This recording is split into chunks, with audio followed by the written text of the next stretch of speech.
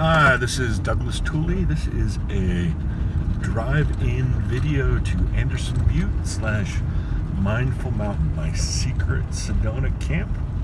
I am coming up Butte Road, which is well maintained. Looks like they just graded it.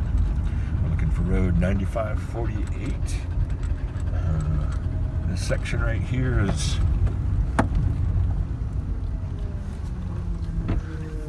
about as rough as it gets. It's a little bit rougher going in. If it looks much worse than this, we've had some major erosion. You know, it rains hard out here every once in a while, so this should be pretty typical. I'm doing this video because it is a little bit rougher. I think most passenger vehicles, trucks, pickup trucks, and vans should get out here no problem. Take it slow and cautious.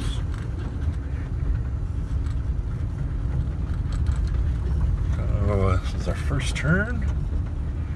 We're heading off to Anderson Butte, which you'll hear in just a second. This is 9548A. No idea what's down there. A little bit closer to the development. 9548A. There is Anderson Butte. 4,613 feet, according to my DeLorme map atlas for Arizona. And the camp was 43 something, so it's 2 something up there. It's a nice little climb. There's also rim rock over there, which is what makes this a choice camp and worth the drive in here. Again, Bill Gray is a well-graded road. It's better than 525. At least the few times I've been out here. Head out that way, so we'll see if that theory holds true. And again, you want to be out here in dry conditions. There's a little mud hole. I think that storm was a couple weeks ago, a couple weeks-ish. I've camped out here for 5. That branch isn't signed as closed, but it's closed at the other end. There is a very good camp on the north side of the butte there. Might be worth the risk. So the rangers don't get out here too often, and you probably just get a warning. I've been wrong on that assumption before. That's another story.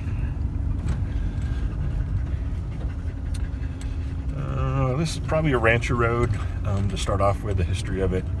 There are cows out here, although this hasn't been grazed in a while, it doesn't look like. There's a water tank over here. Actually, water in that if you really need it. I don't know if there's a well there or what.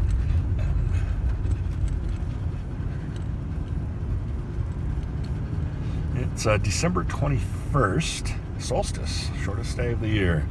The weather hasn't been bad, but there's a storm coming in. I'm heading out now, going down to the desert, going to the RTR. Or at least make an appearance. It's about as rocky as it gets.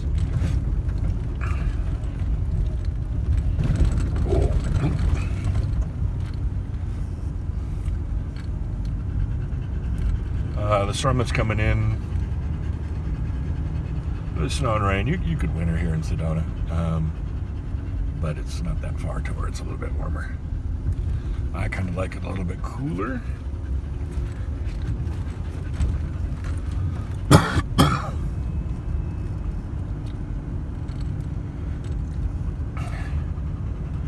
You know, one of the good reasons for driving out here when it's dry and not wet is you don't do road damage, like right here.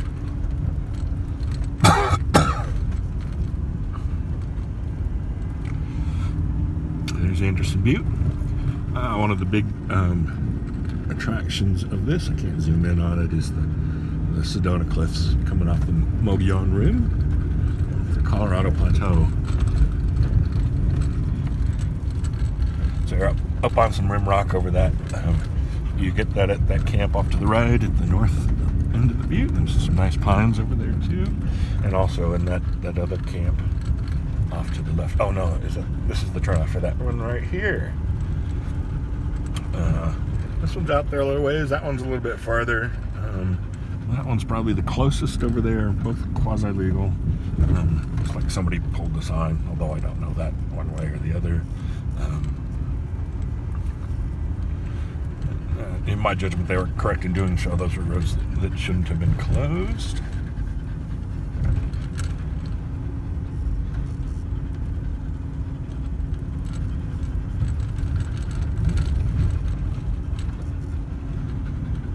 It's pretty good through here, but then we get to the roughest stuff.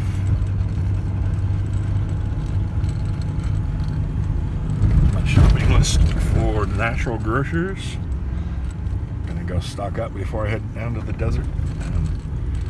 There's one in Flagstaff, one in Sedona. There's a couple in Phoenix, and one in Tucson, plus Las Vegas. All organic produce and a bulk section, which are very price competitive. The Colorado-based chain, I shopped them up there, and it's definitely a big plus. I like eating healthy. Compressor fridge helps with that. I keep that as a freezer, including my ice maker for my cooler. I just got a 55 liter, is it? The mid-size Lifetime. It's a Yeti style. Same company that made my camp table. Very happy with it so far. Now again, it's been cooler out here, but getting below freezing most nights. The ice has lasted more than a week. What they claim. This is the other end of that network of roads over there, and this one is closed properly so, and the sign is still there. See that yellow? That's what makes it closed. Bounce, bounce. Take it slow. A little bit of thing on a turn here.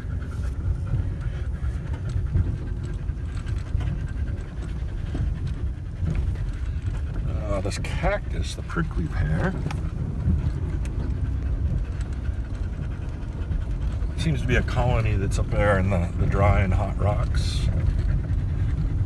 And it's kind of spread out through here. Makes for a little bit of a challenge on the climb up that mountain, kind of a maze getting there, and then it's a bit rocky at the end as well. There are cairns through there. That's 250-footish climb up. I think this drive is a mile and a half, somewhere in there, a little bit more than a mile. Last tough stretch, we're just about there. Hopefully you'll think it's worth it.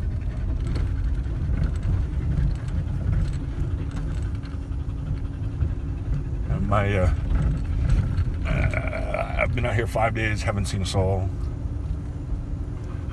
It's the kind of people you run into in these out-of-the-way spots that are my personal favorites. Kind of avoid the big scenes. Oh, the Mindfulness Camp, that was pretty nice. I don't know if that's still going or not. Smaller group.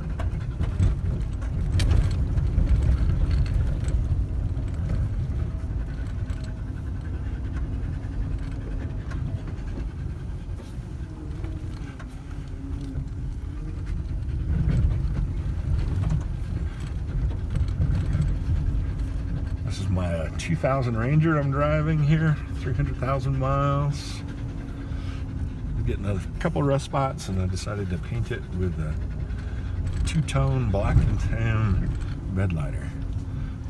No problem with desert paint stripes, pinstripes, which is what they call the scratches you get for driving next to the brush. And here we are.